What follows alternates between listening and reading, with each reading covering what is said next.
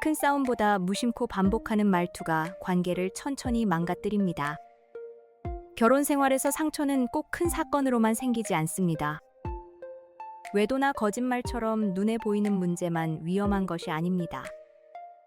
매일 주고받는 말투 속에서도 관계는 조금씩 닳습니다. 처음에는 그냥 짜증 섞인 한마디였을 수 있습니다. 그냥 습관처럼 나온 말이었을 수 있습니다. 하지만 그 말이 반복되면 상대는 사랑받지 못한다고 느낍니다. 같이 살고 있는데도 존중받지 못한다고 느낍니다. 그리고 어느 순간 마음속에서 조용히 거리를 둡니다. 오늘은 결혼 생활에서 가장 위험한 말버릇을 이야기해 볼게요. 결혼 생활에서 말은 단순한 의사소통이 아닙니다. 매일 상대를 어떻게 바라보고 있는지 보여주는 태도입니다. 같은 내용이라도 어떤 말투로 하느냐에 따라 대화가 될 수도 있고 상처가 될 수도 있습니다. 그래서 부부 사이에서는 말의 내용보다 반복되는 말투가 더 중요할 때가 많습니다. 한 번의 거친 말은 사과하고 풀 수 있습니다. 하지만 같은 말버릇이 계속 반복되면 상대는 그걸 성격이 아니라 나를 대하는 방식으로 받아들입니다. 이 사람은 나를 이렇게 보는구나. 이 사람 앞에서 나는 존중받지 못하는구나. 첫 번째 위험한 말버릇은 늘 상대를 깎아내리는 말입니다. 별것도 아닌 걸 못해. 그걸 지금 말이라고 해. 당신은 왜 항상 그 모양이야. 이런 말은 순간에 짜증처럼 보이지만 상대의 자존감을 갉아먹습니다. 부부는 가장 가까운 사이입니다. 그래서 가까운 만큼 말이 편해집니다. 하지만 편하다는 이유로 함부로 말하기 시작하면 관계는 안전한 공간이 아니라 공격받는 공간이 됩니다. 밖에서는 아무렇지 않은 척해도 집안에서 계속 작아지는 사람이 생깁니다. 깎아내리는 말은 문제를 해결하지 못합니다. 오히려 상대를 방어하게 만듭니다. 상대는 행동을 고치기보다 마음을 닫습니다. 내가 뭘 해도 또 욕먹겠지라는 생각이 생깁니다. 결혼 생활에서 필요한 건 평가가 아니라 요청입니다. 왜 이것도 못해가 아니라 다음에는 이렇게 해주면 좋겠어라고 말해야 합니다. 당신은 원래 그래가 아니라 이 행동이 반복되면 나는 힘들어라고 말해야 합니다. 사람을 깎지 않고 문제를 말할 줄 알아야 관계가 버팁니다. 두 번째 위험한 말버릇은 항상과 절대라는 말을 자주 쓰는 것입니다. 당신은 항상 그래. 당신은 절대 안 바뀌어. 당신은 맨날 똑같아. 이 말은 상대에게 퇴로를 없앱니다. 사람은 실수할 수 있습니다. 오늘 못 챙겼을 수 있고 이번에 놓쳤을 수 있습니다. 그런데 항상이라는 말이 붙는 순간 그 사람 전체가 문제가 됩니다. 상대는 지금의 실수를 설명할 기회도 없이 원래 그런 사람으로 낙인 찍힙니다. 이런 말은 싸움을 크게 만듭니다. 상대는 문제를 인정하기보다 반박하고 싶어집니다. 내가 언제 항상 그랬어. 나도 한 적 있잖아. 당신도 그러잖아. 결국 대화는 원래 말하려던 문제에서 벗어납니다. 누가 더 자주 잘못했는지 따지는 싸움이 됩니다. 현재의 문제를 풀어야 하는데 과거의 사례를 끌어모으게 됩니다. 그러면 둘 다 지칩니다. 부부 사이에서는 말을 좁혀야 합니다. 당신은 항상 그래가 아니라 어제 이 일이 나는 서운했어 라고 말해야 합니다. 당신은 절대 안 바뀌어가 아니라 이 부분이 반복되니까 나는 지쳐라고 말해야 합니다. 문제를 구체적으로 말할수록 해결 가능성이 생깁니다. 세 번째 위험한 말버릇은 비교하는 말입니다. 누구 남편은 그렇게 한다더라. 누구 아내는 그런 것도 다 챙긴다더라. 다른 집은 안 그런데 우리는 왜 이래. 이런 말은 상대의 마음을 빠르게 닫게 만듭니다. 비교는 겉으로는 문제 제기처럼 보입니다. 하지만 듣는 사람에게는 당신은 부족하다는 평가로 들립니다. 부부 사이에서 비교가 반복되면 상대는 사랑받는 사람이 아니라 채점당하는 사람이 됩니다. 그리고 채점당하는 관계에서는 따뜻함이 줄어듭니다. 비교의 가장 큰 문제는 상대를 고치게 만들기보다 반발하게 만든다는 겁니다. 그럼 그 사람이랑 살지. 왜 나랑 살아? 당신도 다른 사람처럼 해봐. 이렇게 대화가 감정 싸움으로 흐릅니다. 사실 비교 뒤에는 진짜 원하는 마음이 숨어 있을 때가 많습니다. 나도 조금 더 챙김받고 싶어. 나도 당신이 집안일에 더 관심을 가져줬으면 좋겠어. 나도 우리 관계가 더 다정했으면 좋겠어. 그 마음을 비교로 말하면 상처가 됩니다. 하지만 욕구로 말하면 대화가 됩니다. 남들은 다 한다가 아니라 나는 이 부분에서 당신의 도움이 필요해라고 말해야 합니다. 비교는 사람을 움직이게 하지 못합니다. 존중받는 요청이 사람을 움직이게 합니다. 네 번째 위험한 말버릇은 비꼬는 말입니다. 참 대단하다. 그래, 당신은 늘 바쁘지. 또 내가 해야지 뭐. 말은 짧지만 그 안에는 날카로운 감정이 들어 있습니다. 비꼬는 말은 직접 화내는 것보다 더 오래 남을 수 있습니다. 왜냐하면 상대를 대화 상대로 대하는 것이 아니라 조롱의 대상으로 만들기 때문입니다. 정면으로 말하지는 않지만 마음속 불만을 찌르는 방식으로 표현합니다. 이런 말이 반복되면 집안의 공기가 차가워집니다. 비꼬는 말은 말하는 사람도 억울할 수 있습니다. 그동안 참은 게 많아서 그렇게 나오는 것일 수 있습니다. 직접 말해도 안 통한다고 느껴서 비꼬게 되는 것일 수 있습니다. 하지만 비꼬는 방식은 문제를 풀기보다 상대를 더 멀어지게 만듭니다. 상대는 그 말의 숨은 의미를 알아차리기보다 공격당했다고 느낍니다. 그래서 미안함보다 짜증이 먼저 올라옵니다. 왜 말을 그렇게 해? 또 비꼬네. 결국 원래 말하고 싶었던 속상함은 사라지고 말투 싸움만 남습니다. 비꼬고 싶어지는 순간에는 오히려 감정을 더 직접적으로 말해야 합니다. 나 지금 혼자 하는 느낌이 들어서 서운해. 계속 미뤄지는 것 같아서 화가 나. 이렇게 말해야 상대가 문제를 볼 수 있습니다.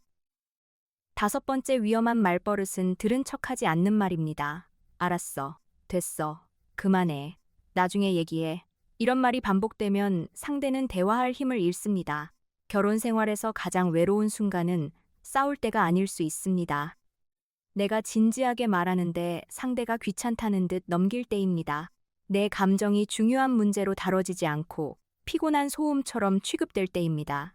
그때 사람은 깊이 상처받습니다. 물론 누구나 대화할 힘이 없는 날이 있습니다. 퇴근 후 너무 지쳤을 수 있고 지금 당장 감정적인 이야기를 감당하기 어려울 수 있습니다. 그럴 수 있습니다. 하지만 문제는 계속 미루고 다시 돌아오지 않는 것입니다. 나중에 얘기하자고 했다면 정말 나중에 얘기해야 합니다. 지금은 힘들지만 오늘 밤에 다시 이야기하자. 내일 식사하고 차분히 들어볼게. 이렇게 돌아올 시간을 정해줘야 합니다. 그렇지 않으면 상대는 계속 문 앞에서 기다리게 됩니다. 언제 들어줄지 모르는 사람에게 계속 마음을 꺼내는 건 지치는 일입니다. 반복되면 결국 말하지 않게 됩니다. 대화가 줄어든 부분은 평화로운 것이 아니라 포기한 것일 수 있습니다. 여섯 번째 위험한 말버릇은 사과 대신 변명부터 하는 말입니다. 내가 그럴 수밖에 없었잖아. 당신도 잘한 건 없잖아. 그 정도 가지고 왜 그래? 이 말은 상대의 상처를 더 크게 만듭니다. 사과는 내가 완전히 나쁜 사람이라고 인정하는 일이 아닙니다. 내 행동이 상대에게 어떤 영향을 줬는지 인정하는 일입니다. 그런데 변명부터 하면 상대는 내 마음을 들은 것이 아니라 방어벽을 만난 느낌을 받습니다. 그래서 더 서운해집니다. 부부 사이에서 자존심 때문에 사과를 미루는 일이 많습니다. 미안하다고 말하면 지는 것 같고 내가 모든 잘못을 떠안는 것 같고 상대가 더 몰아붙일 것 같습니다. 하지만 사과는 지는 말이 아닙니다. 관계를 다시 열기 위한 말입니다. 좋은 사과는 길지 않아도 됩니다. 그 말은 내가 심했어. 당신이 그렇게 느꼈다면 내가 미안해. 다음에는 그렇게 말하지 않도록 조심할게. 이 정도면 충분히 관계의 온도를 낮출 수 있습니다. 반대로 변명만 반복되면 상대는 더 이상 사과를 기대하지 않게 됩니다. 어차피 말해도 자기 입장만 이야기하겠지. 어차피 내 마음은 안 듣겠지. 그 생각이 쌓이면 마음의 거리가 생깁니다. 일곱 번째 위험한 말버릇은 돈이나 역할로 상대를 압박하는 말입니다. 내가 돈 벌어오잖아. 내가 집안일 다 하잖아. 내가 애들 다 챙기잖아. 내가 이 집에서 제일 힘들어. 이 말 뒤에는 진짜 힘듦이 있을 수 있습니다. 억울함도 있을 수 있고 인정받고 싶은 마음도 있을 수 있습니다. 하지만 이 말이 반복되면 부부는 한 팀이 아니라 경쟁자가 됩니다. 누가 더 힘든지 증명하는 관계가 됩니다. 결혼 생활에는 눈에 보이는 노동과 보이지 않는 노동이 함께 있습니다. 돈을 버는 일도 힘듭니다. 집안일도 힘듭니다. 육아도 힘듭니다. 가족의 감정을 챙기는 일도 힘듭니다. 그런데 서로의 수고를 비교하기 시작하면 끝이 없습니다. 당신보다 내가 더 힘들어. 내가 더 많이 했어. 당신은 편하잖아. 이런 말이 오가면 서로의 고생이 인정받지 못합니다. 필요한 건 경쟁이 아니라 공유입니다. 요즘 내가 이 부분이 너무 버거워. 내가 혼자 감당하는 느낌이 들어. 역할을 조금 다시 나눠봤으면 좋겠어. 이렇게 말해야 합니다. 부부는 누가 더 희생했는지 겨루는 사이가 아닙니다. 같은 생활을 같이 감당해야 하는 팀입니다. 힘들다는 말을 상대를 누르는 방식으로 쓰면 관계가 날카로워집니다. 힘들다는 말을 도움을 요청하는 방식으로 바꾸면 대화가 시작됩니다. 8번째 위험한 말버릇은 상대의 가족이나 과거를 끌어오는 말입니다. 당신은 집안이 원래 그래. 당신 부모님 닮아서 그래. 예전에도 그랬잖아. 그래서 내가 처음부터 불안했어.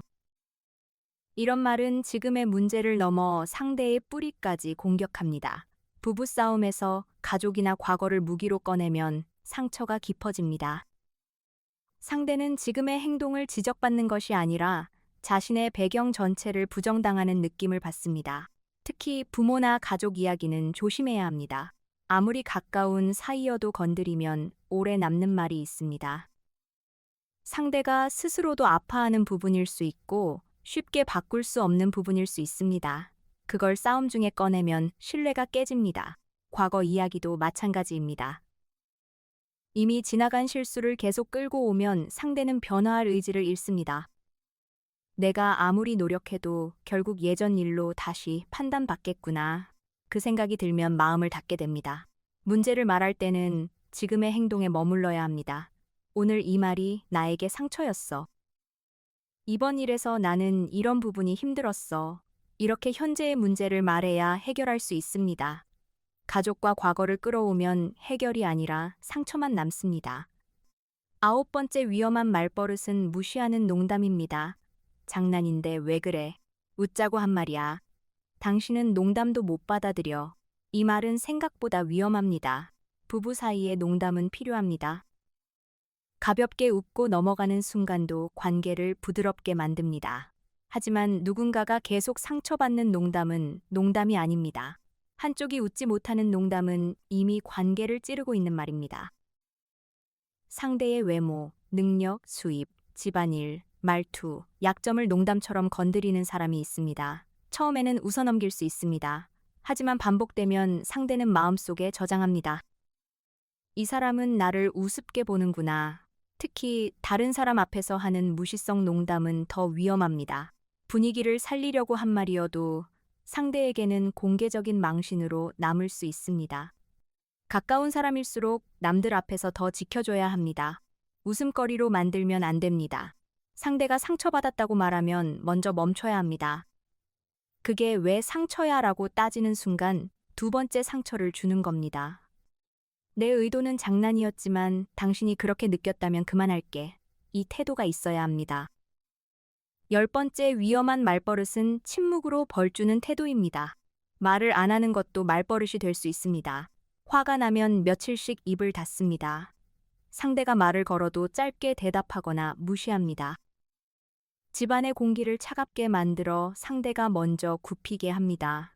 이건 단순히 혼자 생각할 시간이 필요한 것과 다릅니다. 생각할 시간이 필요하다면 말할 수 있습니다. 지금은 감정이 올라와서 조금 있다가 이야기하고 싶어. 오늘 저녁에 다시 말하자. 이건 건강한 거리두기입니다. 하지만 아무 설명 없이 침묵으로 상대를 불안하게 만드는 것은 벌주는 행동에 가깝습니다.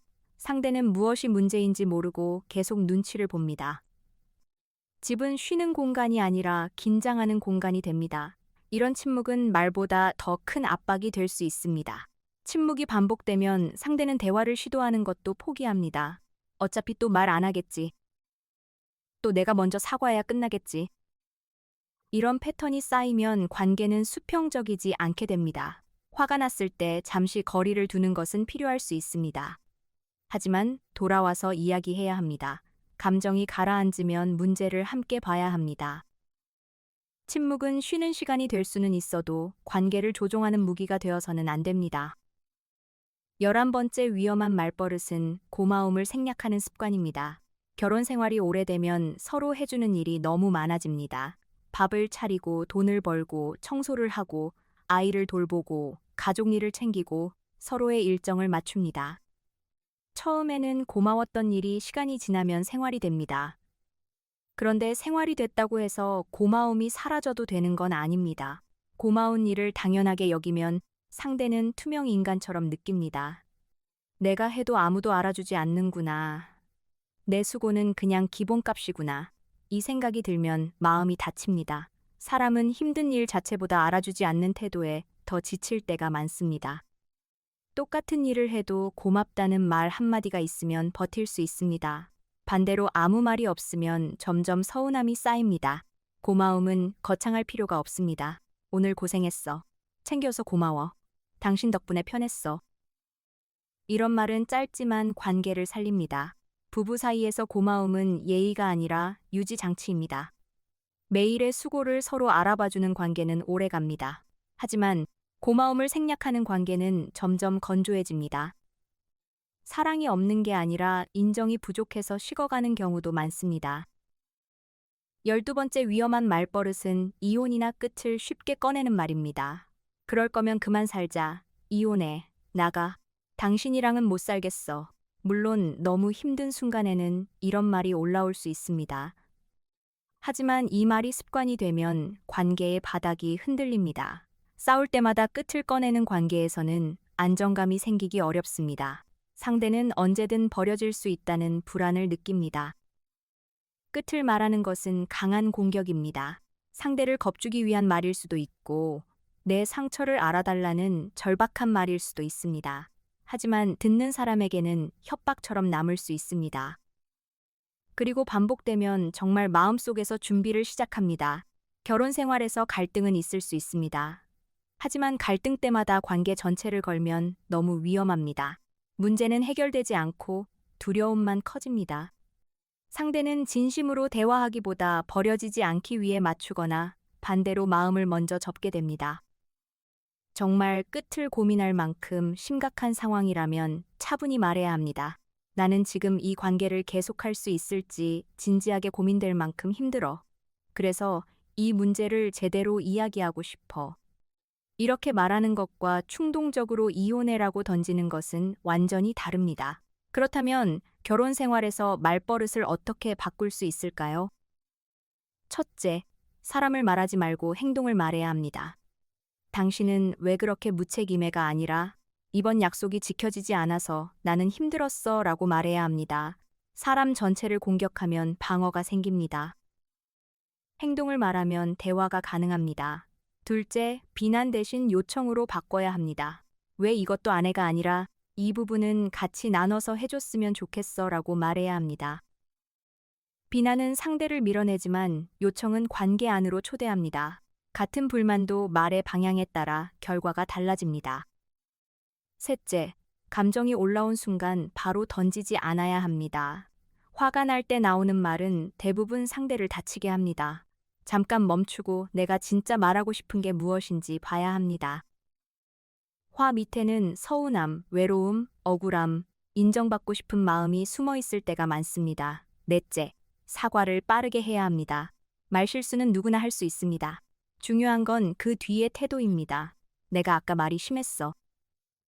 그 말은 하지 말았어야 했어.